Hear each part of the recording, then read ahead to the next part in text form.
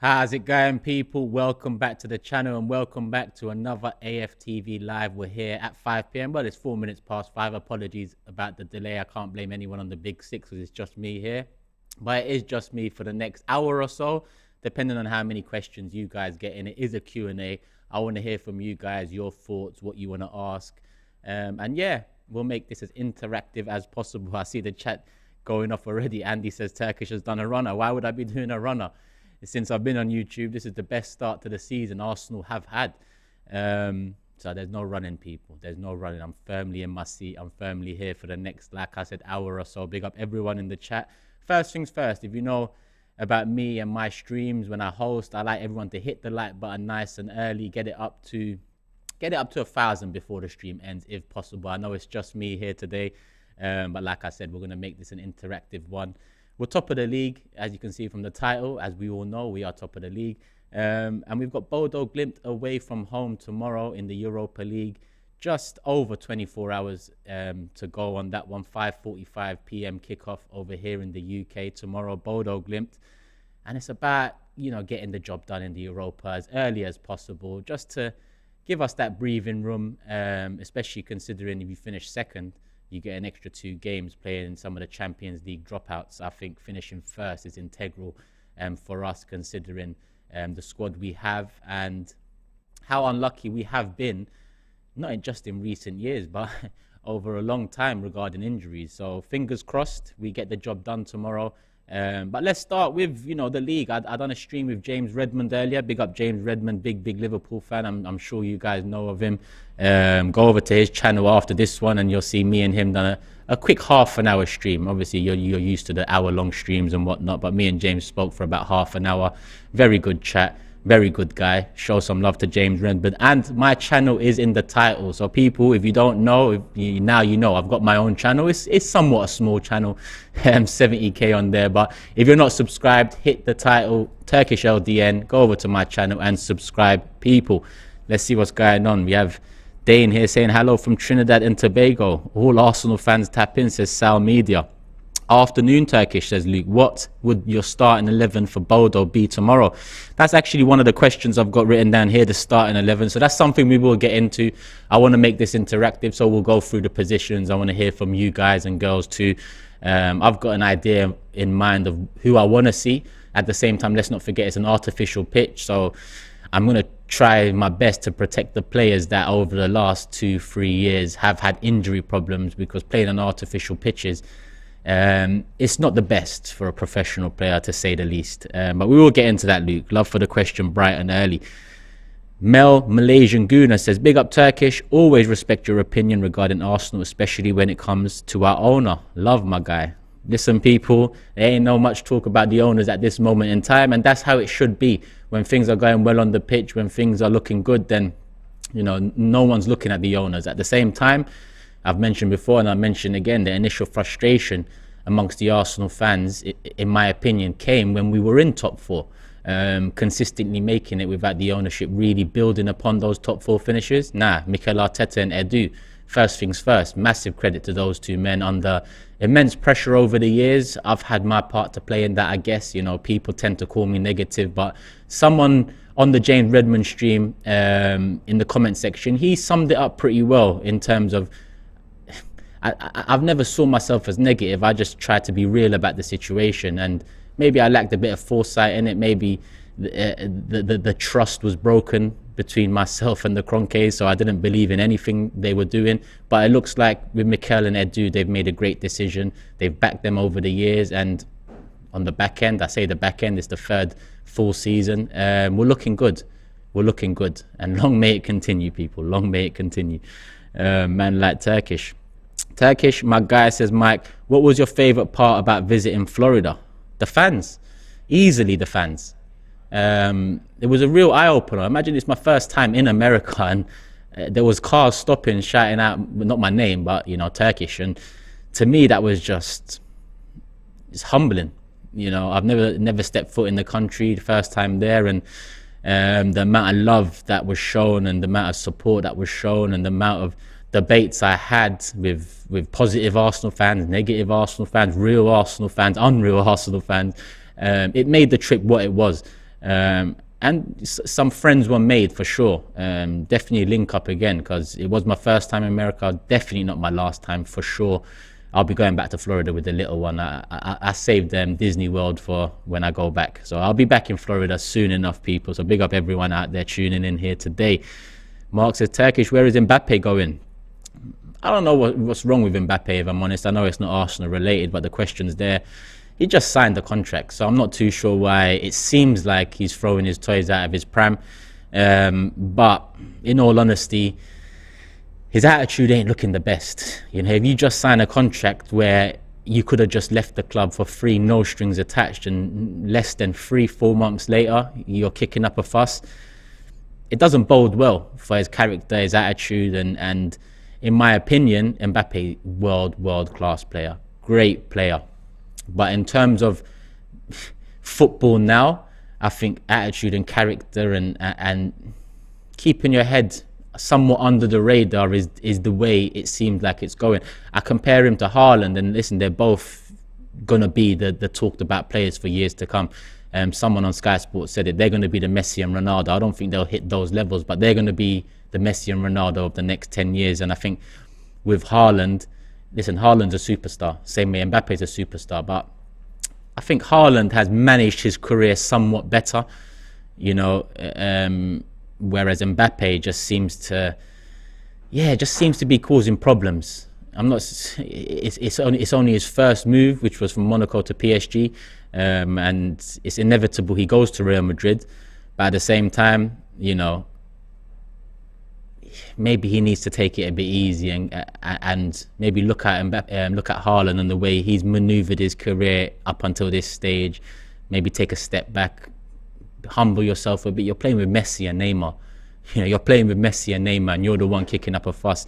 It's amazing to me, considering his age and he's playing with the GOAT. You know, Messi, in my opinion, is the GOAT. He's not my favourite player of all time. He's probably not even in my top 3 players of all time. Well, he's probably not even my top 5 players of all time. That's just personally. But in terms of the best player of all time, he is the best player. The numbers he put up and how he put those numbers up, unmatched. We had a super chat here from Mohammed, but Mohammed, nothing's linked to the super chat. So love for the super chat, but if you want to get your comment in, I'll try and see if I can pick it out. Hey Turkish, how you doing? All good, man. Red Army, trust me, all good.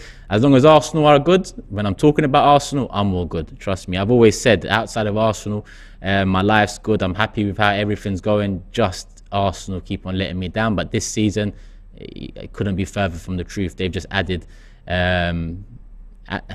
good into my life. Mohammed, again, there's no chat. There's no comment linked to the super chat, my guy. That's your second one you put in. Just put your comment in. Don't worry about the super chat. Put your comment in. I'll find it. We have one here from Pratik. He says, why does AFTV not interview previous Arsenal players?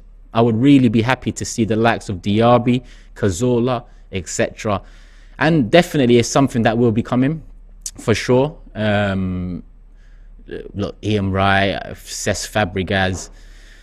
There was a time I would have loved to talk to Van Persie about what he meant in that letter and what really happened, but with things going so well at Arsenal, I'd rather not open those closets from years ago. There's no need at the moment. So, you know, we are looking at interviewing previous players. We are looking to bring ex-players onto the supporters club. Big up everyone that shows love to the supporters club.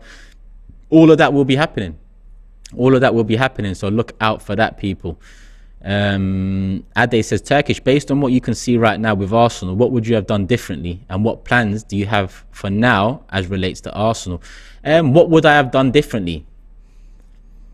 Well, I'm not a professional. I'm just a football fan. I'm just lucky to, you know, have people tune into my opinion. I'm no different to you, and by you I mean every single one of you watching right now.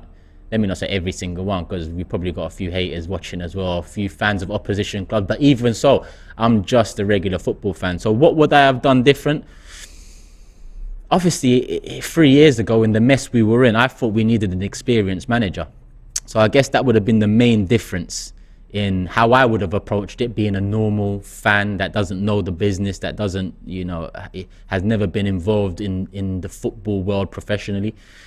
I would have gone for experience because I just tend to think that's the safe thing to do. But at the same time, as we sit here now, you know, they made the right decision.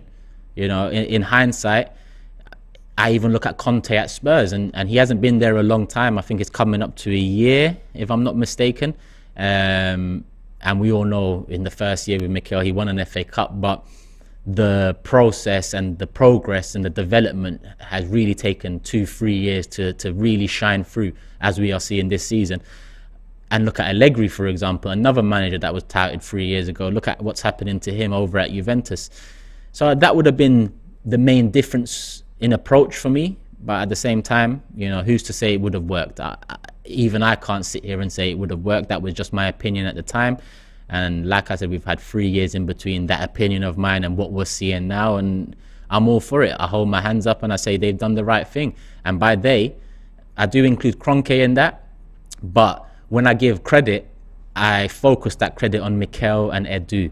Reason being, because like I said to start the stream, my initial frustrations came from being in top four and the ownership not building on that, using Wenger as somewhat of a shield.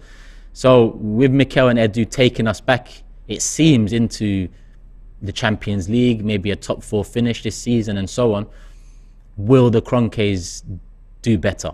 That's the next question I have. Like I said, the question's not as loud as it has been in the past because they have done some good in supporting Mikel through criticism, through pressure, similar with Edu. But at the same time, we are not back to where we was initially when I first got frustrated with them. So I want to see what they do when we are back there. And that will be the measuring stick for me in terms of my opinions on Stan, Josh, the process, be excited, all of that stuff. If you were to sign 1 or 2 players in the winter transfer window, who would you want to get? You see, the winter window for me, it's never really...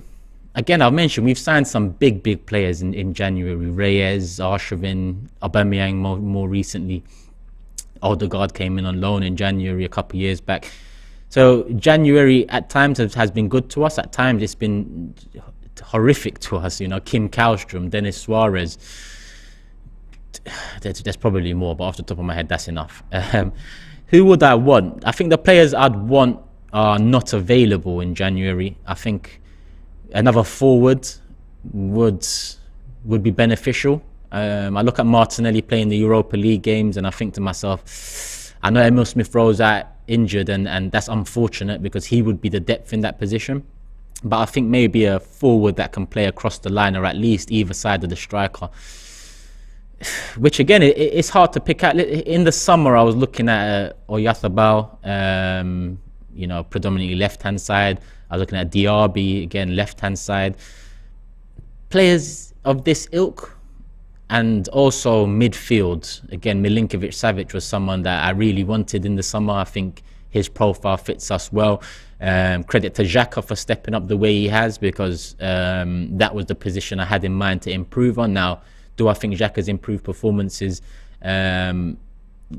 dismiss the claim that we need an improvement on that position? No, I think maybe it's not an improvement on that. Maybe it's a rotational option in that position that's needed. And Xhaka's 30 years of age now, so it would be good to get someone a bit younger in that can play in the 6 and the 8, in my honest opinion. Again, January, it's not the ideal stomping ground to get real quality in unless that quality is in their last 6 months. And there is a lot of players out there heading into their last 6 months once the World Cup finishes.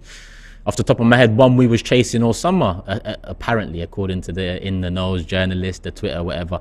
Yuri Tielemans, he'll have 6 months left in January and Leicester will have a decision to make. They held on to him in the summer, probably with the hope that he'd sign a new contract and maybe they get a better fee than was proposed. So far, I've been checking and I haven't heard any contract talks. I haven't heard any commitment from Tielemans. It just looks like it's going to play its way out until the end of the season. So in January, Leicester are going to have a decision to make. Now, a lot of people's opinions on Tielemans has changed because he's had a poor start to the season, coupled up with probably his poorest season of the lot last season for Leicester. I guess there are doubts in people's minds, but he's a quality player. He's a good age, and if he's available for a cut price fee in January, then why not? Because like I said, January is one of those months, or it's the window where it's more a top up, and you know, there's not many world class or top talent available for sale in January to top up another team. More often than not, those teams with the top quality talent, the world class players, want to hold on to the summer where they can get top dollar, they can get top value. So I hope I've given you a few names that potentially we might show interest in. To be honest, I'd want to look at the players going into their last 6 months in January. I think that's probably the ideal scenario for us, because like I said, there is a fair few, not only in this league but across Europe. So yeah, let's have a look. Maybe that's something to discuss later on, in between the season taking a break and the World Cup. I'm going to look into what players' contracts are running down. Maurice says, when's the next supporters club coming out? Soon. I haven't got a date for it, but soon. I have got one in the pipeline. Just need to sort it out and arrange the guests and whatnot. Chris Hudson's become somewhat of a regular. Shuroi as well. I'm seeing Shuroi getting a lot of love. Big up Shuroi. Big up Chris Hudson, legend. But I'm hoping you're enjoying Supporters Club. I'm hoping you're enjoying Box to Box, Forever Arsenal podcast. You know, I see a lot of love for that, a lot of support. Leave Jordan alone, people. He's not getting replaced. I know he ruffles some feathers. I've been there. I've ruffled a lot of feathers over the years. I've had those comments about get him off the channel, replace him, this and that. Listen, they're not nice. It is what it is. You know, if you disagree with someone, you disagree. It's better to have a debate on a podcast rather than all four people agreeing. And to be honest with you, last year when it was on the app, Jordan was probably the most positive of the lot. Jordan was probably the one that backed the manager and backed the process through tough times, through that January period and so on. It just happened that now it's on YouTube and there's more eyes on it.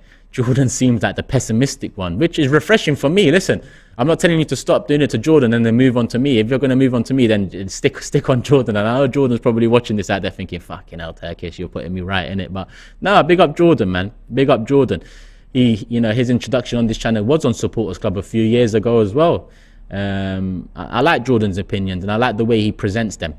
We don't always agree. We disagree quite a lot. But, at the same time, that's part of a debate. There's no debate if you don't disagree on certain points. Pratik again says, don't you think Arsene Wenger can come back at Arsenal and be the same as David Dein? Okay, you go on as well. Don't you think Arsene Wenger... with Arsene Wenger, I'm in a funny period when it comes to Arsene Wenger and my opinion of him, because during those final years where I first appeared on AFTV and started my channel and whatnot, everyone knows that I was part of wanting to move on from Wenger, the Wenger out stage. And I thought a lot of it was down to him, but I thought he was the shield for the Kroenkes. I thought he was the mouthpiece. He's a legend at the club, and what better shield for new owners that don't give a shit than a legend? And I felt like Wenger played on that role a bit too much when he talked about ticket prices and the football on show, instead of siding with fans, similar to how Klopp did with Liverpool when he first came in.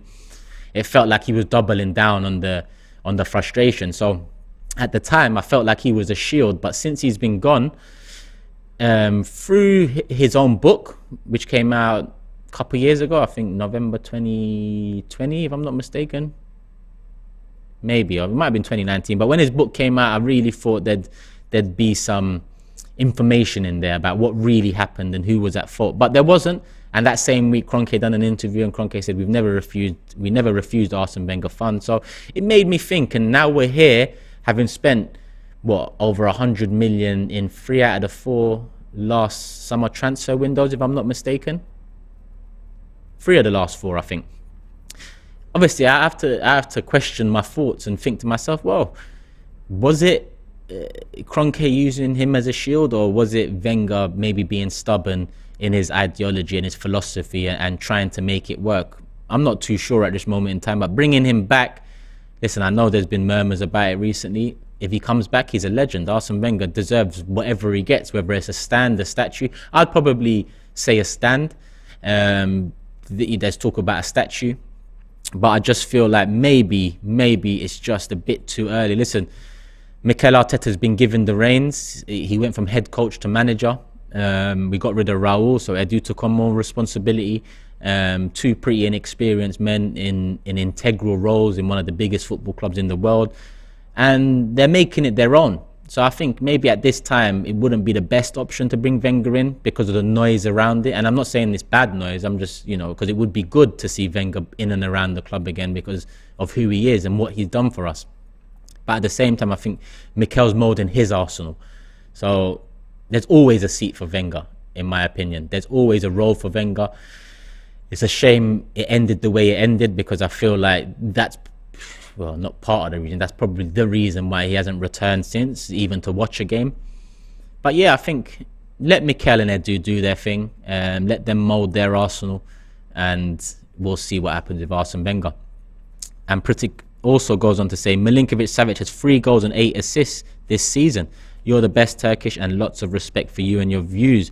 Yeah, to be honest, I've only seen a bit of one game this season from Milinkovic-Savic, and was he 27, 28? I just think he would be a great option to have. I think he fits the mould perfectly. But at the same time, with the lack of sales in the summer, I think that's what stopped us from not necessarily getting Savic, but maybe getting Tielemans. I think the lack of funds coming in from transfers put a stop to one more signing coming over the line.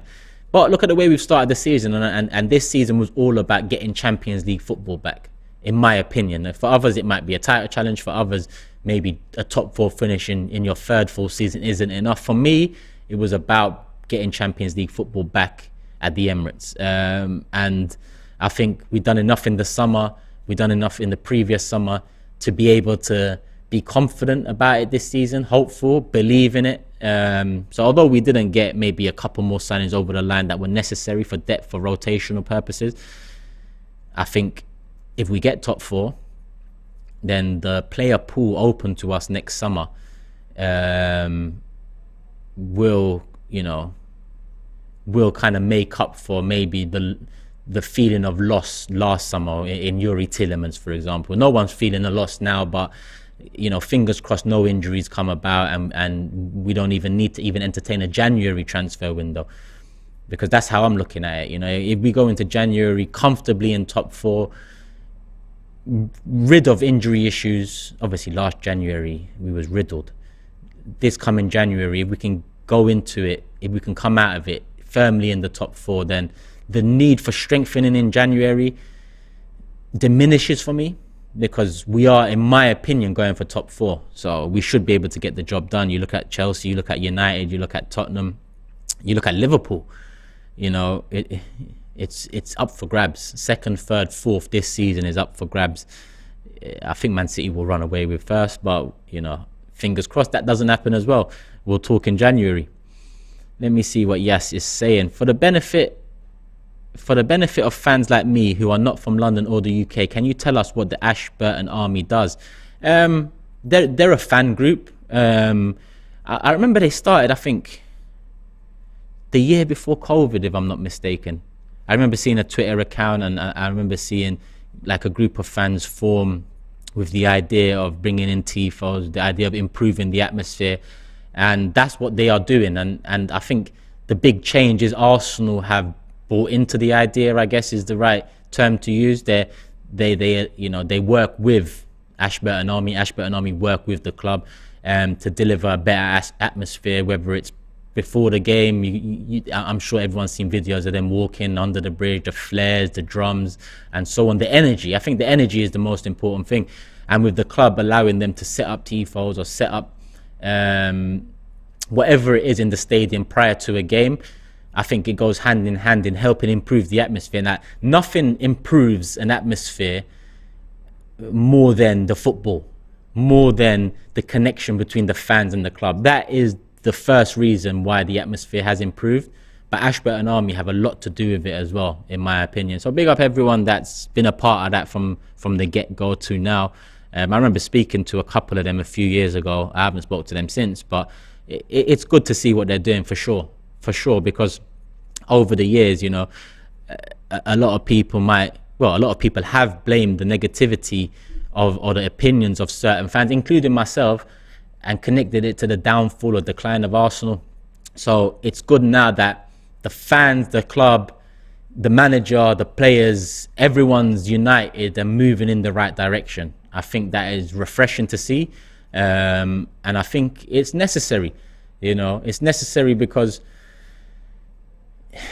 listen, atmosphere is a big thing. Anfield is talked about a lot, as our other stadiums, not only in England but in Europe. You see how Dortmund are, for example. Like, I've been to Bayern, I've been to Barca, I've been all over Europe when we were in Champions League, and I've seen atmospheres that in England have somewhat diminished. And I'm not just talking about Arsenal, I'm talking about the league in general. So it's nice to see us having something that other fans are asking me about. You've just asked me about it, but on the Big Six, I'm asked from opposition fans, and I'm asked in a way where it's not banter, it's not trying to take the piss, it's interest, it's intrigue. So long may it continue. Long may the performances on the pitch continue, and long may the support, the atmosphere, the Emirates, and the assistance from the Ashburton Army continue. KD says, I would really like us to go for Vlahovic. He is a beast. Also, should we go for Haaland, cousin of Haaland? His record is unbelievable too. He plays at Mulder. Is it? He's got a cousin called Haaland, yeah? Well, is he a striker as well? I had no clue. His numbers are unbelievable. I'm going to actually take a look out on him. I'm actually going to take a look at and see what I can find on him. Daz says, big up Turkish. Really enjoying watching Arsenal right now. Who isn't? Loving match days. Shame we only have 4 more weeks of club football left. I know, Daz. I know. It does feel like a shame considering the form we're in and where we're at in the league. But I do think it'll be a welcome break at the same time. I think if we can go into that break first, second, or in and around it at the very least, I think through the World Cup we can all be happy, we can chill, we can sit back. There's not too much pressure on January. We can just enjoy the World Cup for what it is. Listen, Turkey are not in it, Ireland are not in it. I don't really give too much shit about it, but I'm going to enjoy the football, the world-class players, and maybe see if I can pick out a few gems that might help Arsenal in January, for example, or next summer, which tends to be the case off the back of international tournaments. Jay says, I see Turkish and I click. Love my guy. There's 1.9k in the building. Can you all hit the like button right now? As I'm going through a few questions, just hit the like button right now. Let's get to 1,000 before the stream ends. Let's show Robbie and that I can run this stream on myself, still get 1,000 likes and still get the engagement. Young Gunner says, Douglas Luiz and Damari Gray in January. Remember the banger he scored against us at Everton away last season. And Gray, not only against us, but Gray scored a few bangers over the years. Also, Tillemans on a free next summer. Douglas Luiz is another one that in January he'll have less than 6 months left on his contract. Well, in January, Tillemans, Luiz, they'll be able to talk to other clubs about, a move in the summer. And then you might have Leicester and Aston Villa trying to get a cut price deal, 10, maybe 15 million. If I'm Arsenal, I'm probably looking at maybe getting one of those cut price deals. If you did really want Luiz or you did really want Tillemans, then, top up, because a 10, 15 million acquisition for a player or players of that ilk, and I'm not saying they're world class, but I'm saying they're worth more than 10, 15 million, good age as well. I think it's a no-brainer. So again, I'm going to look at who's running out of contract, who's available in January with less than 6 months to go, and I might make that a separate video in between the break and the World Cup coming up. Good question though. And with Gray, I think I've never really thought of Gray. I don't know. It doesn't jump out the screen, Damari Gray, for me. And when you think that we inquired about Rafinha in the summer, and when you think that we could be on the verge this season of making Champions League football again, I'd probably hold tight on a Gray and go for bigger once we get better and better as Champions League football. I think I missed a super chat. Let me just scroll up real quick. Big up everyone, 440 likes. Love for the love, people. There was one question here. It wasn't a super chat. Albert Haaland, Haaland's cousin. Okay, Albert Haaland. I'll search him up. Leroy Sané was apparently someone we was linked to, but I don't know how true that was, H7. But we get Champions League football back with the atmosphere, the aura around the club right now. There's a lot of eyes on Arsenal because over the years, there's been a lot of doubt. And again, I'll include myself in that. But, you know, you look at the media outlets, there's been a lot of doubt. I think David Moyes recently came on TalkSport with Ali McCoist, if I'm not mistaken. And he said, listen, I've been listening to TalkSport, I've been watching the media, and everyone's been on Arsenal's back over the last couple of years. No one's giving them credit. All up until now, all of a sudden, everyone's eyes are on us. And yes, we're getting more credit. Yes, we're also getting more jabs and whatnot. But that's just part and parcel of being an Arsenal fan.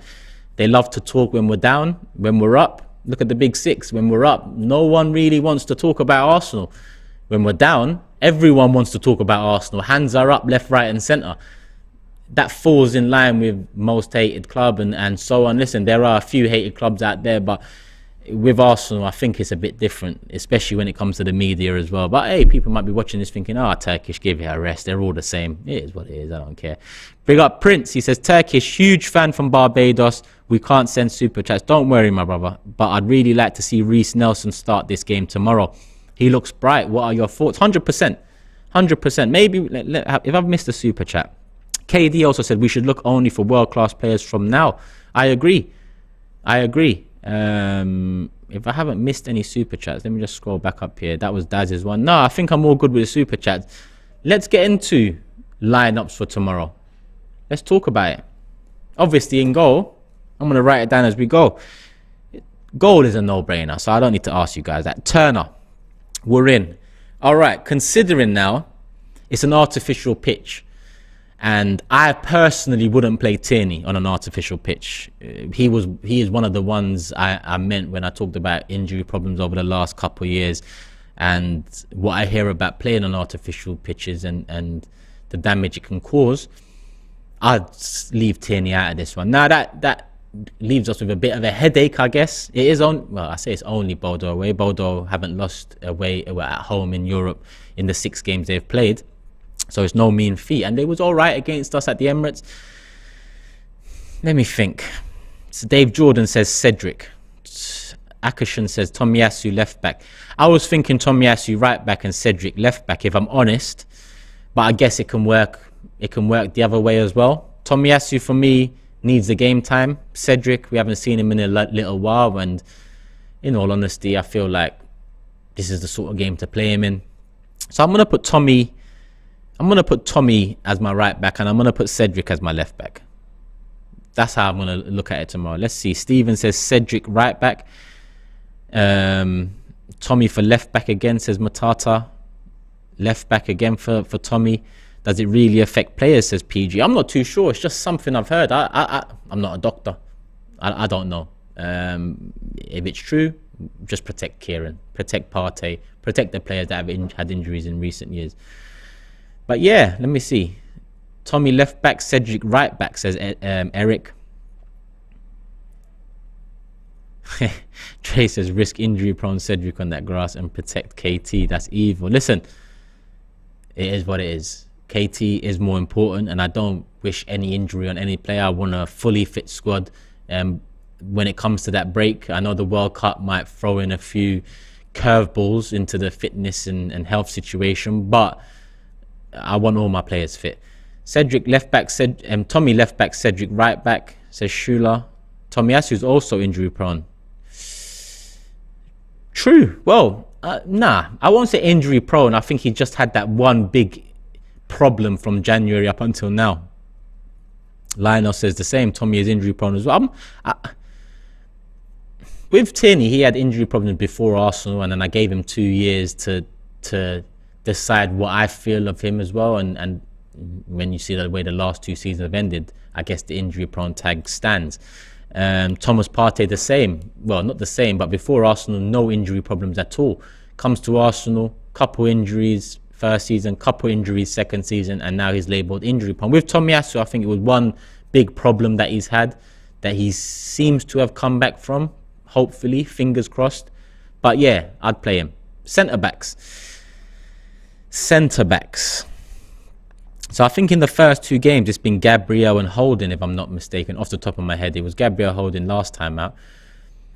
Gabriel's made a few dubious moves this season, but I also think that playing every single game, it's a risk, considering his importance to the first team or first team squad. So I'm probably looking at Holding definitely makes it. So let me put Holding there because I see everyone saying Holding. And there's Lionel. He reading my mind. I'm going with Holding and Ben White. People might say Ben White hasn't played centre-back this season. Yes, he hasn't played centre-back this season, but he played it throughout the whole of last season. He's played it majority for Brighton, so it's not like it'll be a fish out of water. So for me, Holding and Ben White would be the starting centre-backs. And listen, Ben White's as important to the first team squad, if not more, than Gabriel. So don't ever get it twisted. I'm not dismissing Ben White's importance here. I'm just looking at the amount of games Gabriel started, and similar to Martinelli when we move further up the pitch, I'm not looking to start these players. Xhaka as well. Moraz says Holding and Gabriel. Patrick says Walters and Holding. Yeah, that's a shout. That's not a bad shout. That's not a bad shout at all, if I'm honest. Interesting. I wouldn't actually mind. I think we should still get the job done if we was to play Walters and Holding as well. Might not fill us with the utmost confidence, but I think we should still get the job done. I'm gonna keep it Holding and White, but Walters is a good suggestion. When will ESR be back? Connor's asking. No clue. Hopefully early next year. Hopefully. Alright, cool. Let's move on to midfield. Dave Jordan straight in. Lokonga, an FA Cup winner. Matt Smith in midfield. Well, Smith was on the bench last time out. Don't know much about him, I'll be honest, but people say he can fill in that 8 role. Lokonga, without a shadow of doubt for me. Dave, or someone who knows more about Matt Smith, is he more a 6 or is he more an 8? Because I'd really like to see Lokonga in the 8. I think Xhaka deserves a rest, and not only deserves a rest, but I think it's wise for us to take him out of this one. He played the first 2 Europa League games. I remember the first one he went down, and even I thought to myself, yeah, we shouldn't be taking these risks. But, you know, we left ourselves short in a couple of positions, so we have to. Giles says Xhaka has to play. No, in my opinion, it's Bodo Glimt away. I don't think Xhaka has to play. But we'll see what Arteta feels. Eric says Vieira, Xhaka and Lokonga, no doubt. Dre says Lokonga, Xhaka and Vieira. Akashan is suggesting Benjamin White as a 6. And Frosty saying this is why we needed reinforcements in the midfield. We did. I haven't seen anyone answer that Matt Smith question yet, so I'm not sure. Listen, he's somewhat of an unknown entity. Sean says give Matt Smith some minutes. I'm probably going to agree with Dave Jordan again. Rare occurrence for it to happen once, let alone twice, but big up Dave.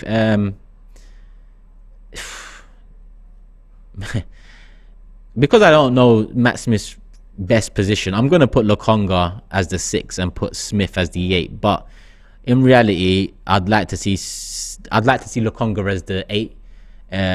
But my worry is, can Smith cope with the lone 6 role? Not too sure, but we'll see. Okay, Caleb says Smith is an 8. Well, there we have it. If Smith's an 8, then he slots in at the 8. I think it goes without saying that the third one to fill up that midfield in the 10 is Vieira. I don't think there's a doubt there. Stories of Bloodline says Vieira, Odegaard and Lokonga. Armstrong says Smith is a 6 and can also play 8. Christopher says Smith is an 8, but he can play as a 6. And I says Matt Smith doesn't have the same distribution as Lokonga, so he will be the 8. Very different answers. So we're just going to leave it there. Lokonga, Smith and Fabio Vieira. We'll leave it at that. I think it is what it is. I see some Odegaard in there. And listen, Odegaard, Norway captain, Arsenal captain. It must be massive for him to be playing in Norway, and it must be massive for the Norwegian fans. I think there was an announcement from Bodo saying, you know, you cannot be wearing Arsenal colours or Arsenal merch going into the home end, because they're expecting a lot of fans trying to get in, whether it's away end or home end. With Odegaard potentially playing, it's a massive occasion for Norwegian fans. So we'll probably see Odegaard at some point. I think Arteta will give them that. Man says Smith is a Targaryen. I saw someone else said he's filming House of Dragon. But yeah, that's the 3 in midfield. Lokonga, Smith in the 8, Vieira at number 10. Let's go to the right-hand side. Right hand side, again, I'm just going to put Marquinhos in there. I'm pretty sure the majority of you guys will and girls will agree with me in the chat. 2.2k here. As I put Marquinhos in, make sure you guys hit that like button. We're on 560 likes. Let's get it to 1,000. I see Sean already with Marquinhos. And Ahmed coming with Matt Smith is actually a keeper, but he can play as an 8. Another curveball into the Matt Smith story. But yeah, I assume we'll see him considering he was on the bench last time. And considering, listen, Xhaka's played every single game so far this season. Wait, has he? I'm pretty sure he has. So Marquinhos on the right. Eddie Nketiah up top. We don't have much options there. And listen, I know people have read Jesus wasn't pictured in training and all of this. I'm not going to get too worried about it. We don't need Jesus for Bodo. We shouldn't need Jesus for Bodo. We're going to need him for Leeds away. Listen, Leeds haven't won in about 4 games, maybe 4 or 5 games. But they possess threats in their side.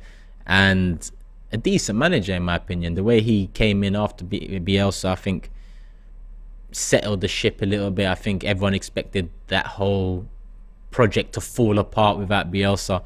And it's not the same, it's different, but at the same time, you know, regardless of them not picking up a win in a few games, we need a full side for us to be really confident.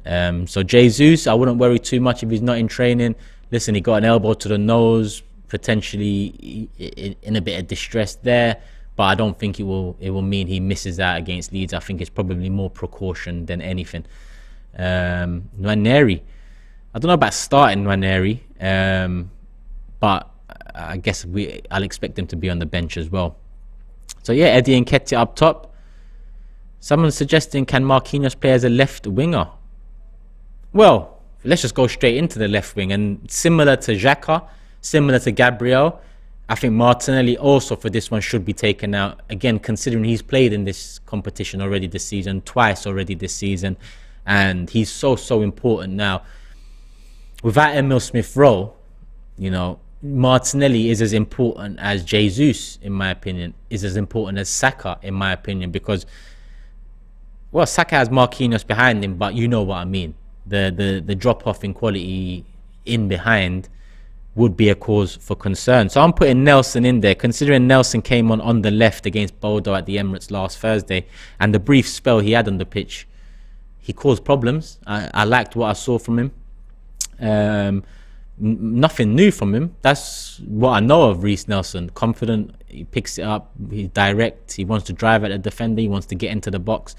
Used to seeing him on the right, definitely more so than on the left. I think on the left it might be a handful of times at best, but on the left, obviously, with the cutting in aspect and the way Arteta likes his players to rotate and Jesus to come out to the left. We all know Eddie likes to float to the left as well at times. Last season, Arteta started him on the left at times. So I think it could bode well for Nelson and maybe give him a new lease of life coming in from the left-hand side. But we'll see. I think that pretty much does the starting 11. So just to run through it, Turner in goal, Tomiyasu for me right back, Cedric left back, Holding and Ben White centre backs, Lokonga the 6, Smith the 8, Vieira the 10, Marquinhos on the right, Reiss Nelson on the left, and Eddie Nketiah up top. I think I'm happy with that. I think they should get the job done. It'll be an entertaining game. When I spoke to Michael last week on Box to Box, he said, you know, all Bodo really know how to do is attack. They're going to try to take the game to Arsenal, and we didn't see much of that at the Emirates because Arsenal got the job done. And nullified any threats they had. Listen, they wasn't the worst side to come to the Emirates, that's for sure. So we got to be wary. And we had somewhat of a strong side then, you know, like Martinelli, Xhaka, Gabriel were playing, Tierney, and so on. We had players that, you know, wouldn't look at a place in the starting 11 for our Premier League side. This time out, I'm looking at the team I selected, and I don't think it's going to be like for like here. I think Arteta will still utilise a couple of the experienced players that play week in, week out in the Premier League. But looking at the players I selected, it'll be more of a game, especially being away from home, artificial pitch that they're used to more so than us, and the fact that this team out here. Very young, very raw in certain positions. But at the back with Rob Holding and Ben White, Tomiyasu and Cedric, the experience is there. So yeah, I think we'll get the job done. I think regardless of lineup, we should get the job done. And that's not me taking Bodo lightly. That's not me taking Bodo lightly. That's me looking at what Arsenal have been doing this season and just being a confident Arsenal fan again. It's been a while, people, but here we are. Here we are. Hemal says, is there another box-to-box today? So Cecil and Lee Judges have gone over to Norway, landed in Oslo a couple hours ago. I believe they're making their way to Bodo. And Michael, who was on box-to-box last week via StreamYard, he will be linking up with Cecil, and Cecil will be taking the reins for box-to-box this week. It should come out tomorrow. I'm not sure when they're recording it. If they record it today, it might come out tonight. But listen, if you're subscribed, if you've got the notification bell on, when it's out, it'll pop up on your phone, it'll pop up on your laptop, on your tablet, whatever means you use to watch YouTube. If you're subscribed with the notification bell on, then you will be notified. So take 2 seconds, go subscribe, put the notification bell on, and don't forget, people, my channel link is in the title, so you don't even have to leave the page. It says AFTV Live Q&A featuring @TurkishLDN. Click @TurkishLDN. It'll bring you to my channel. Show some love over there as well. Subscribe. I don't do much solo content. It tends to be more of the big six, but there is solo content coming. There is more content coming over there. So big up everyone that's already subscribed, and big up everyone that's taking their time to subscribe now. And a third request, the like button. Once again, 650 likes right now, 350 off 1,000. We've got 2.2k watching live right now. Let's get to 1,000. We're about we're 50. Are we 50 minutes into the stream? I can fucking talk, innit? It's just flown by. It's flown by. Caleb says Turkish is smiling now. How nice it is. I say this is all it would take, but literally it's all it would take. I smile when Arsenal are doing well. You know, I'm not going to smile when my club are letting us down. But yeah, love for the love. I'm smiling, and long may it continue, because all I want to do is smile when it comes to Arsenal. That's all I want to do. Don't mind the odd cry here and there. Listen, when we made Champions League final and lost it, heartbreaking, but we were challenging. I just want to challenge again. That's all I want. Challenge and get over the line with a couple, to say the least. Well, all messages flying in on my phone. Don't people know I'm live?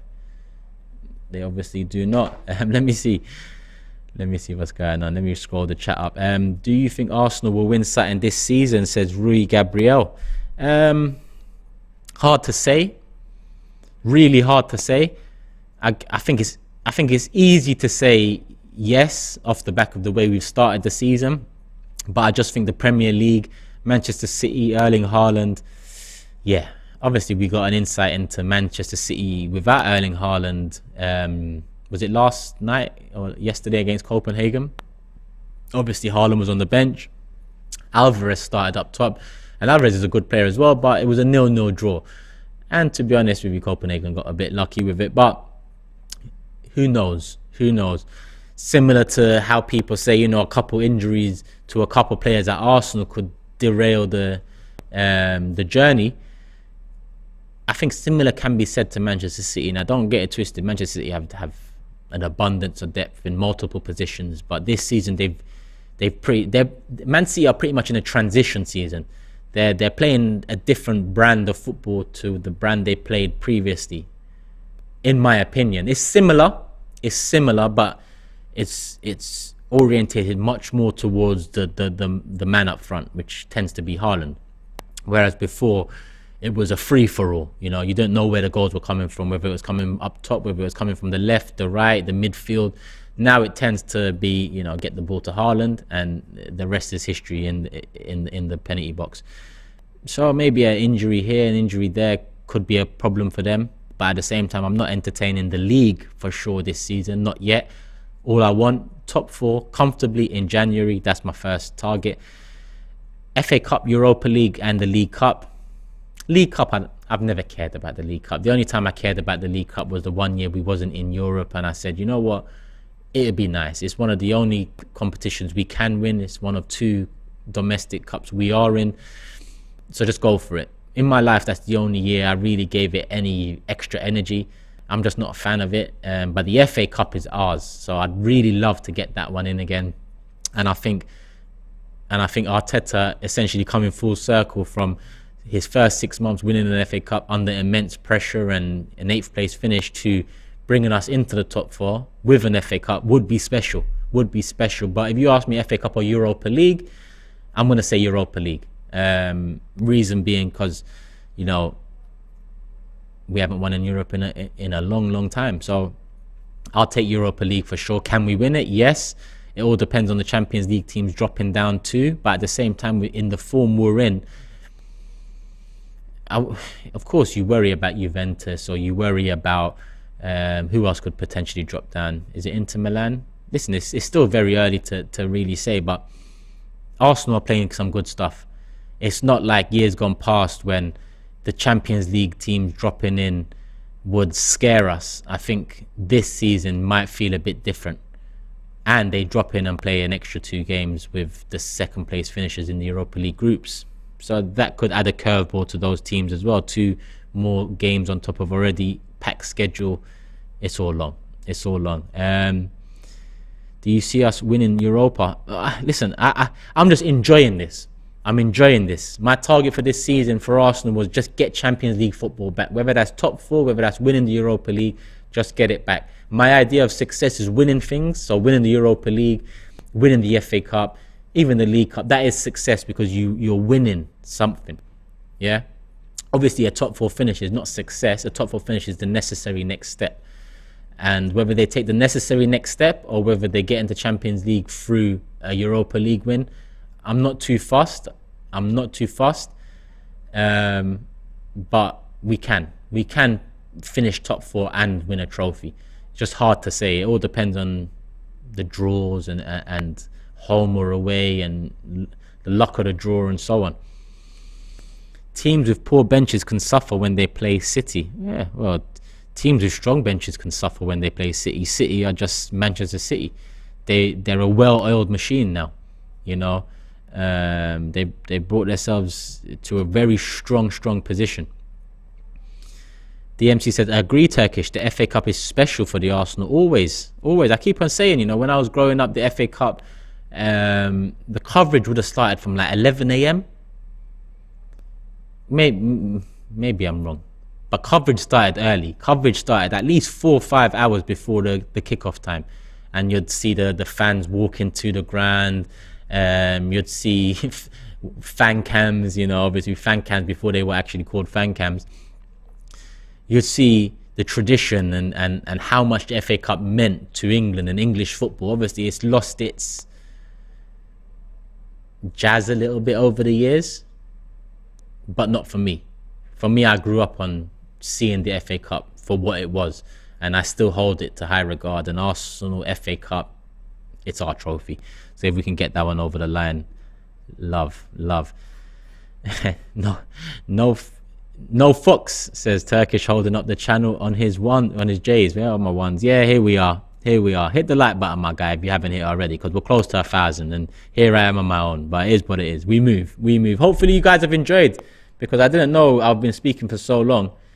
It's 53 minutes. This is what happened on my channel as well. A few weeks ago, I thought, let me just do a solo video. I put Xhaka in the title because I wanted to give a segment to Xhaka and give him praise. I put Arteta in the title, same. I wanted to hold my hands up and say I was wrong here and there and give him praise. I put Jesus in there because I think in the first few game weeks, Jesus, Saliba and Xhaka were probably the 3 I'd pick out as top performers. Listen, you can pick out any 3 because Odegaard, Ben White, Zinchenko, Martinelli, there's been so many top performers so far this season. But I did the stream, and in the end, it became it was a Q&A anyway. I started talking about Stormzy and Chip, started talking about UFC. Little did I know, it's an hour 20 minutes. I haven't even discussed the talking points, and the stream's done. It is what it is. I'm glad today I got through the talking points, which a bit on being top of the league, the Liverpool game, the majority on Bodo, Glimt, and our away fixture in Norway tomorrow. Who's this? Matisse? Is this the real Matisse? Is that the real Matisse? Can production just... Is it the real Matisse, yeah? Hey, Matisse, get off this channel. Get off this channel, my guy. Go trust your Potter process over there. And I'll see you... When am I seeing you? Tomorrow night. Big 6, 10:30 p.m, my guy. Love for the love. Show Matisse some love, man. He's a top man, even though he supports Chelsea. He's a top guy. Where are we? John says, Turkish, honestly assessing what are Arsenal's weaknesses and what do we need to improve on to challenge for the title?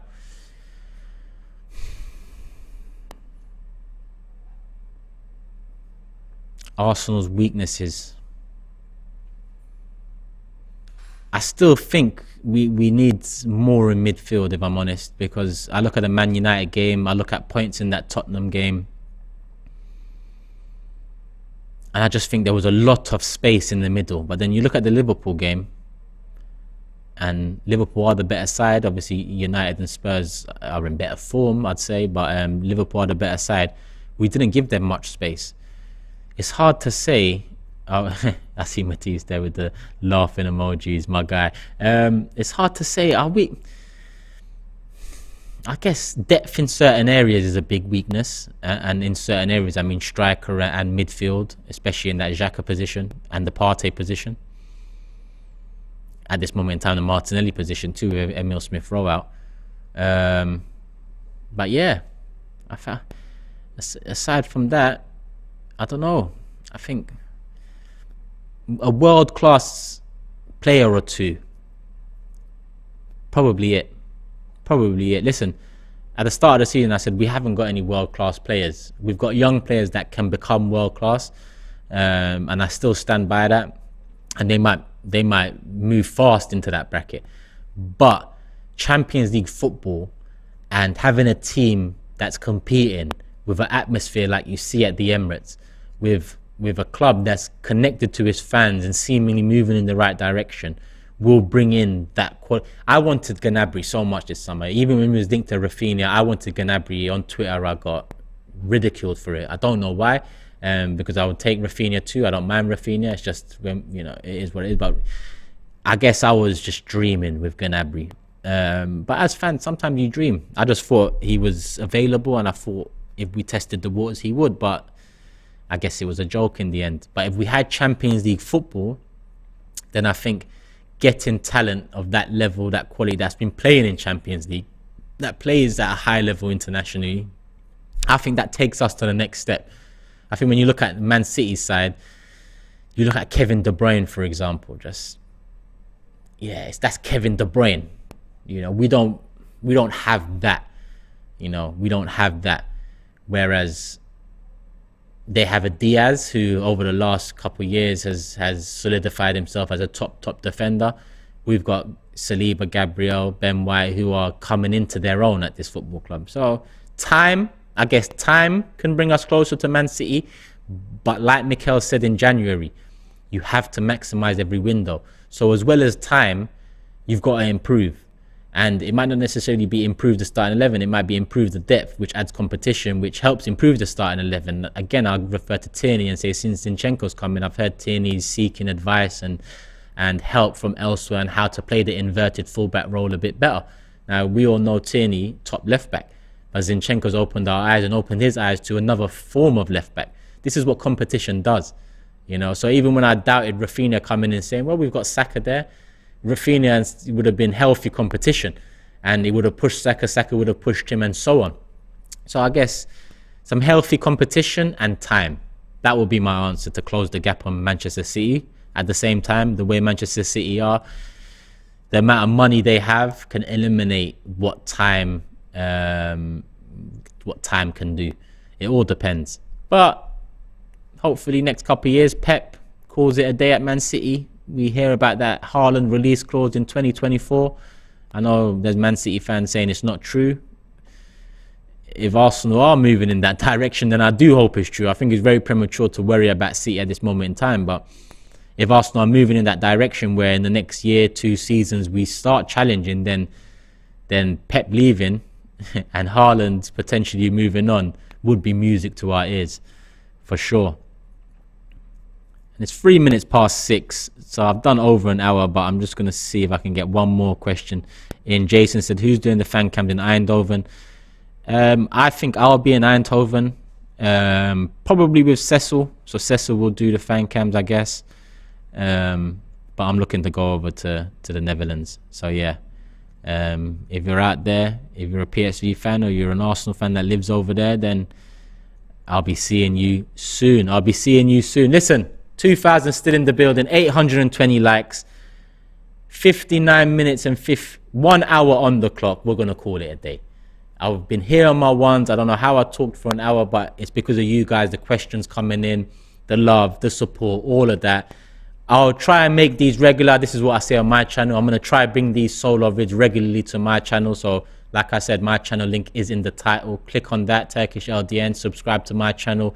Majority Big Six right now. If you watch the Big Six, you know what it is already. Hope you enjoy. If you don't, check it out. But like I said, more to come, people, more to come. On your way out here, hit the like button, get it up to 1,000. We're nearly there, 150 likes. Love for the love, people, and tune in for the next few hours. There's more content to come from Cecil, Lee, judges out there in Norway, and tomorrow Starting 11 match day live, the fan cams, all of that. Hopefully we get the W and we move on to Leeds away this Sunday.